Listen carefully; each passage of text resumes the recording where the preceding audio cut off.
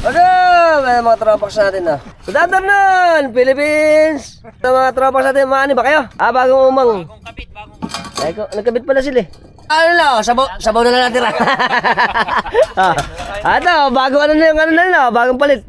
Bagong baliktad ba to? Pati yung mga ano, kawayan bago. Bagong saksak lang, bagong kabit. Mga bagong kabit nga naman to. Gaganda oh. Ayan po ang baklad. Ay nakikita po natin ito. Ang tawag sa kanya ay baklad. Baka yung iba hindi alam yung baklad. Ito yung pabahay. Ito tawag dito. Kalawangan. Ito. Kulong. Ayan. Pagka umangat ng tubig, tumataas.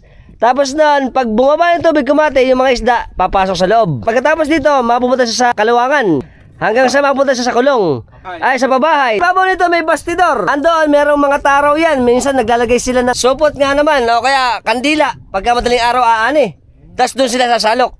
Ang nahuli nito ay iba't ibang klaseng isda. At saka pag huli ng baklad, syempre masarap. Ginagawa nila idol ngayon, basal to ano. Ito, nagtulos sila ng kawayan. Pagkatapos ito, tinatahin niya yung lambat para walang makalusot na isda. Ito ang pangkaraniwang hanap buhay dito sa amin. Lalo sa Costa, Bulacan.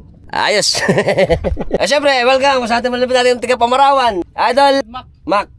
Eson, tsaka si Idol Hayuma. Berto, shoutout kami sa Kabigaw family, Matito family, Stera family. Bye-bye. Aamon sana kami alimasag. Bye-bye mga idol. Ayos. Nakasuyo video natin share nyo na rin.